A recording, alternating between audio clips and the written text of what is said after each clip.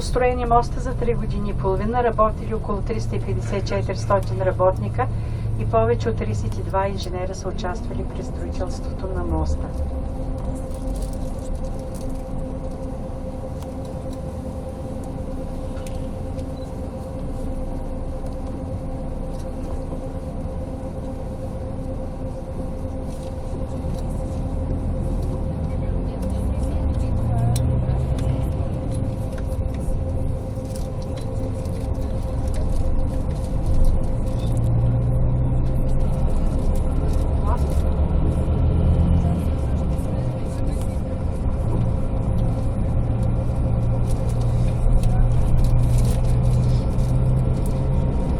Този район тук вдясно е Ортакьой, средно село в превод.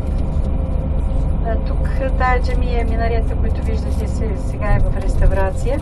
Много често в рекламите и сериалите дават тая джамия. До джамията виждате, които са вдясно, една стара сграда. Тя изглежда изоставена такава, но не е. По-рано е бил дворец, претърпял пожар. И сега са запазили външните стени. От вътрешната страна има една стъклена стена. Последният сериал от филма "1001 нощ" бяха снимали тук, сняли в задния двор, задната част, в градината на ресторанта. А от фирма "Забранен плод" Бехнуль също често идваше тук да разговаря за ресторанта. И аз тогава видях вътрешността на сградата. Районът е хубав. Виждате, там има кафе сладкарница точно на брега. И вдясно е старата част на града. Бялата сграда точно на този носи Топкапа двореца. За Топкапа виждате минаретата на синята джамия на Света София. А в ляво виждате втория мост и тая сграда с колите и гимназия. И така, зад нас е Европа, пред нас е Азия. В ляво е Черно море, а в дясно е Мраморно море. Ние се намираме над пролива, който свързва Черно с Мраморно море и разделя Европа от Азия. Зато Истанбул пишат град, властващ на два континента. Град, място за среща на религия и култура. Центъра на цивилизацията.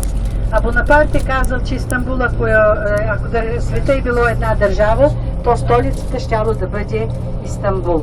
Това са само няколко от хилядите мнения за Истанбул. Но Истанбул е единствения град, така разположен на два континента.